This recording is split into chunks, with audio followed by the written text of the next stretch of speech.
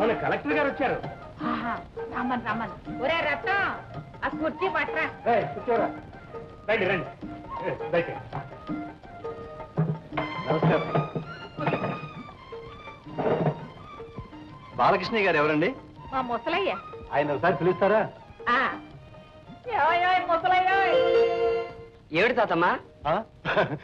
ఈయన అండి మీ ముసలయ్య? ఏంటంటే తెల్లబోతున్నావు కలెక్టరు. మా ముసలాయన పేరు పెట్టుకున్నావు, నా మునిమనోడు. రావయ్యారా? భలే దగా పడ్డాను మామగారు. మరి పట్నం వాసవాళ్ళు కాదు. ఎవరో మన కలెక్టర్ గారు. ఓహో, నమస్కారం అండి. నమస్కారం. కంగ్రాచ్యులేషన్స్. ఈ కరువు ప్రాంతంలో నీరు లేదు, పనికిరాదు అనుకున్న భూమి నుండి నీరు తీసి ఆధునిక పద్ధతులు అమలుపరిచి సస్యశ్యామలం చేసి వ్యవసాయంలో విప్లవాత్మకమైన చైతన్యం తెచ్చి అధిక ఆహారోత్పత్తికి ఆదర్శ యువకుడివై తోడ్పడ్డందుకు మన భారత ప్రభుత్వం ఈ సంవత్సరం రాష్ట్రపతి ప్రత్యేక బహుమతిని నీకు బహూకరించింది. బహుమతి ప్రధానోత్సవానికి ఢిల్లీ రావాల్సిందిగా నిన్ను ఆహ్వానించడానికి ప్రభుత్వ ప్రతినిధిగా నేను వచ్చాను. ఈ గౌరవం దక్కవలసింది నా కాదండి, నా విజ్ఞానాన్ని గ్రహించి నన్ను ఆశీర్వదించి ప్రోత్సహించి తన ఒంటి మీద నగలన్నీ చివరకు మాంగళ్యంతో సహా ఒలిచిచ్చిన త్యాగమూర్తి మా తాతమ్మ గారికి. రాముగారు తీసుకో.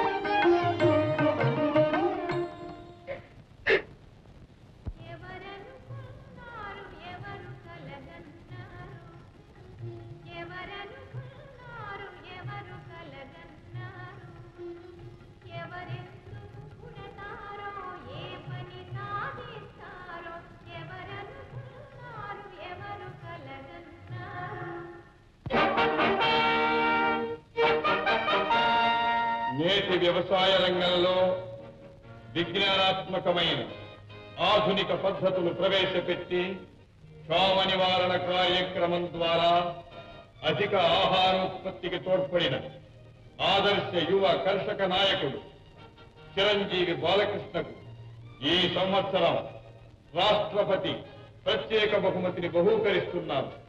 The recipient of the President's Special Award, Master Balakrishna, is requested to come to the dais and receive the award from the President of the Indian Republic. Your Excellency, Mr. President, while expressing my heartfelt gratitude to you for honoring me with the President's Award, I request you to allow my great-grandmother, whom I regard and adore as our family deity, to come to the dais and receive the award on my behalf. మా తాతమ్మ గారిని వేదిక మీదకి వచ్చి నా తరఫున ఈ బహుమతిని స్వీకరించుటకు అనుమతించవలసిందిగా ప్రార్థిస్తున్నాను. గౌరవనీయమైన నీ కోరిక అంగీకరించబడినది.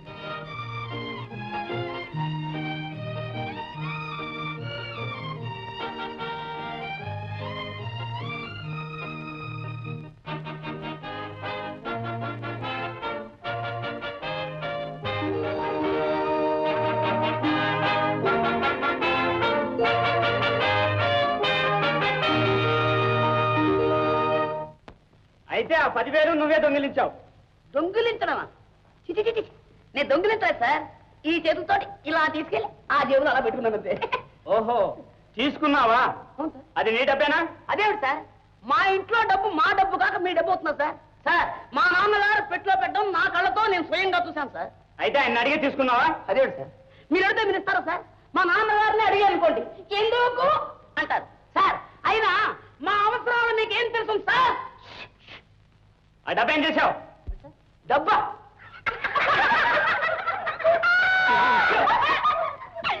డబ్బేం చేస్తాం సార్? తింటామా?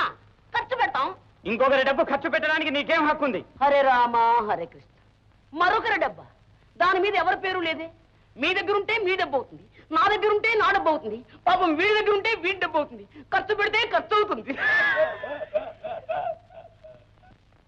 ఇదట్రా ఈ వేషంతో నీకు అబ్బే వేదాంతం? వేదాంతం కాదు బాబు, పరమసత్యం. డబ్బును మొరగ పెడితే విలువ లేదు, డబ్బును ఖర్చు పెట్టినప్పుడే విలువెక్కువ. మిత్రులారా, ఇంత తెలివేసింది కనుకనే మీ నాన్నని జైలుకు పంపావు. ఏమిటది? నేను మా నాన్నను జైలుకు పంపించానా? హరే రామ హరే కృష్ణ. తప్పు తప్పు. అమ్మా నాన్న లేదు, కులం మతం లేదు, నీతి నియమం లేదు.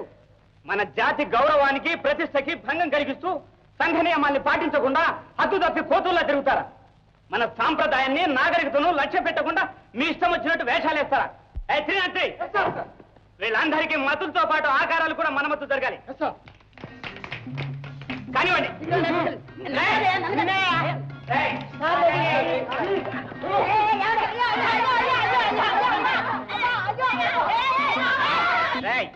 నున్నగా ఏం మిగలకూడదు.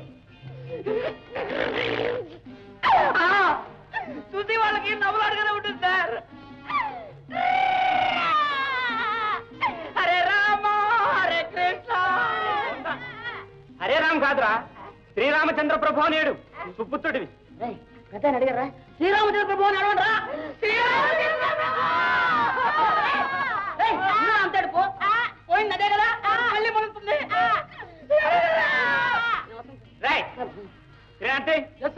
కేసు తీర్పు చెప్పే వరకు వీళ్ళని రిమైండ్ లో ఉంచండి. ఏమిటండి బొత్తిగా మర్యాద లేకుండా పోతుంది. మేము అక్కడికే వస్తాం సార్. సార్ మేము ఎక్కడున్నా ఒకటే సార్.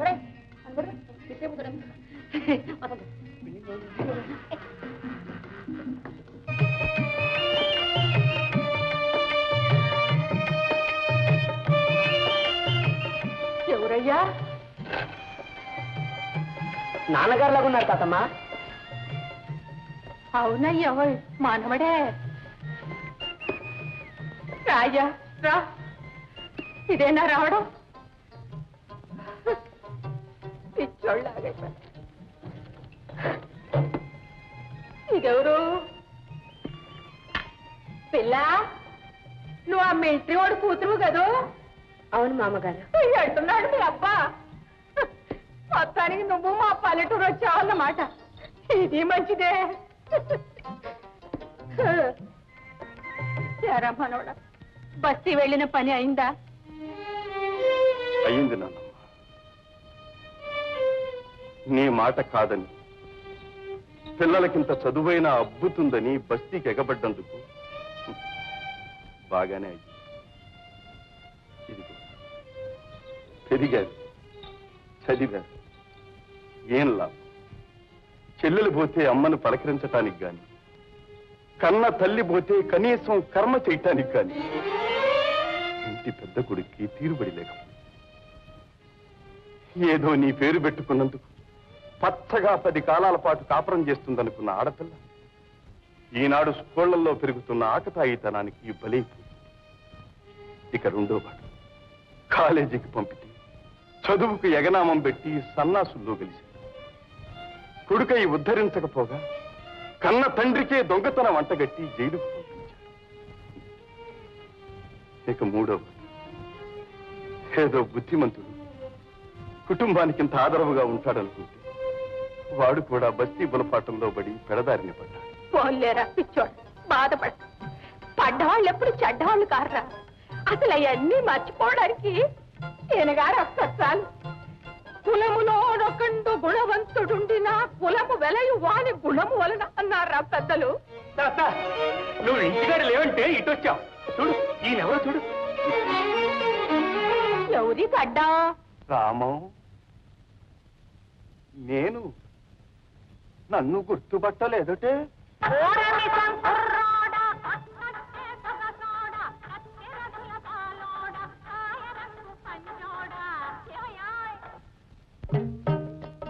ఏమయ్యా ముసలయ్యా, నీకు ఇప్పుడు గుర్తుకొచ్చానా నేను?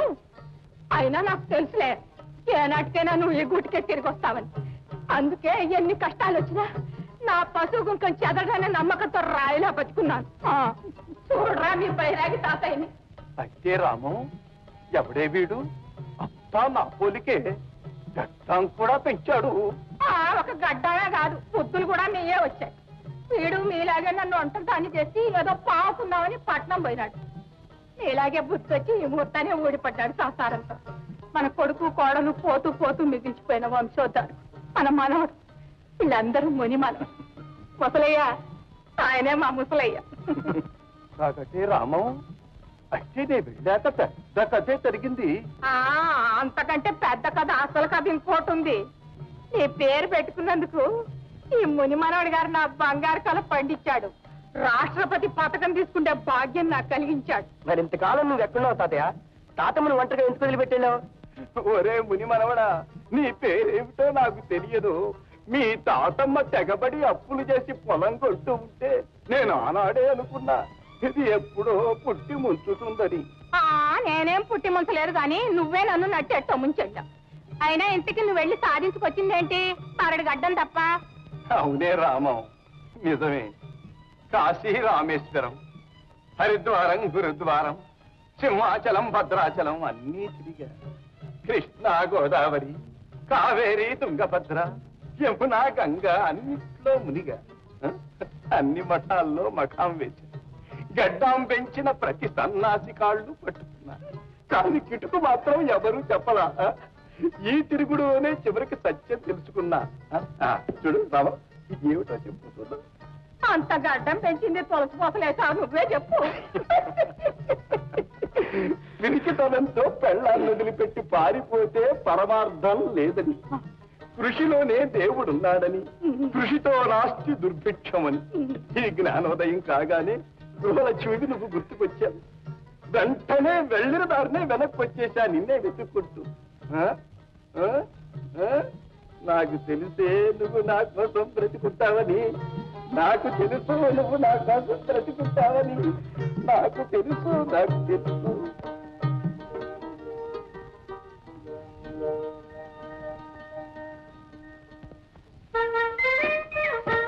ఏవయ్యా ముసలయ్యా, ఇంకా ఈ వయసులో నువ్వు నడు అంచాలా?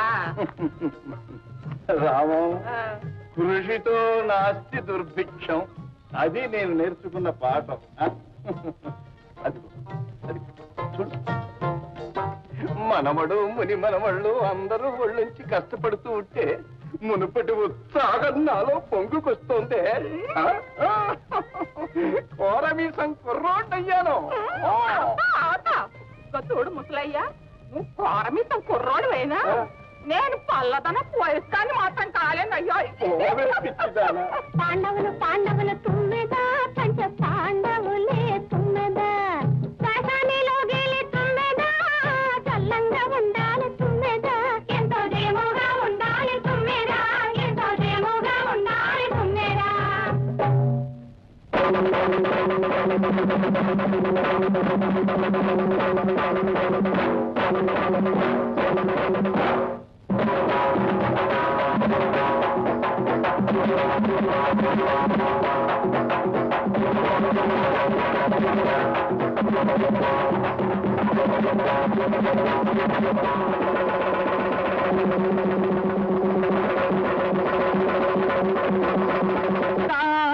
ఒరే ఆపరా నీ సంగీతం, ఈ డప్పులు మొతకే చెవులు తిప్పిళ్ళెచ్చాయి.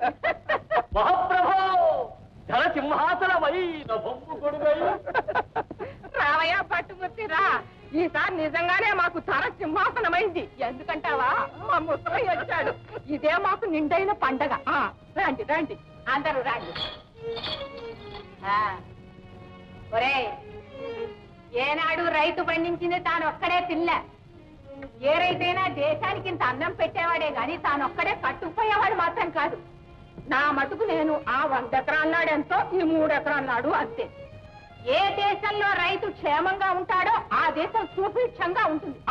నానమ్మా, అసలు ఈనాడు దేశం అందరిలోనూ పెరిగిన పట్టణాల మీద వ్యామోహం పోవాలి.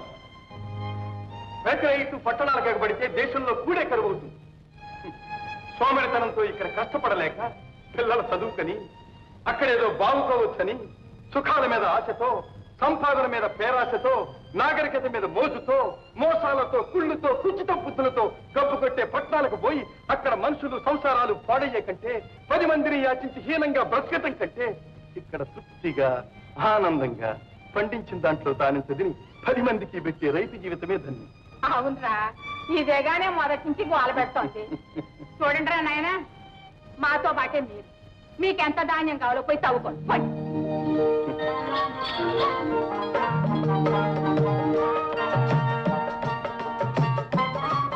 నేను ఇన్నాళ్ళు కలగన్నది, కావాలని కోరుకున్నది మన వంశంలో దేశానికి సేవ చేసేవాడొకడు పుట్టాలని, రైతు బిడ్డగా నువ్వు పండించి 10 మందికి పెట్టాలని, ఏనాటికైనా మా ముసలాయన తిరిగి ఇంటికి రావాలని.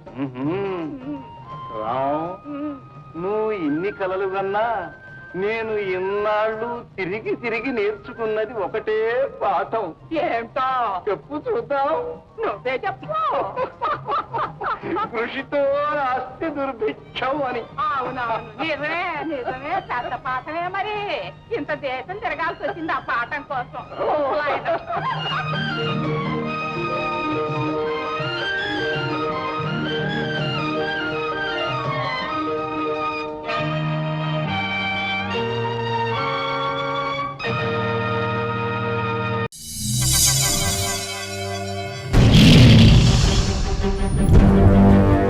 ఒకడొచ్చి నేను పులి అంటే కింద పైన మూసుకొని కూర్చోవాలి.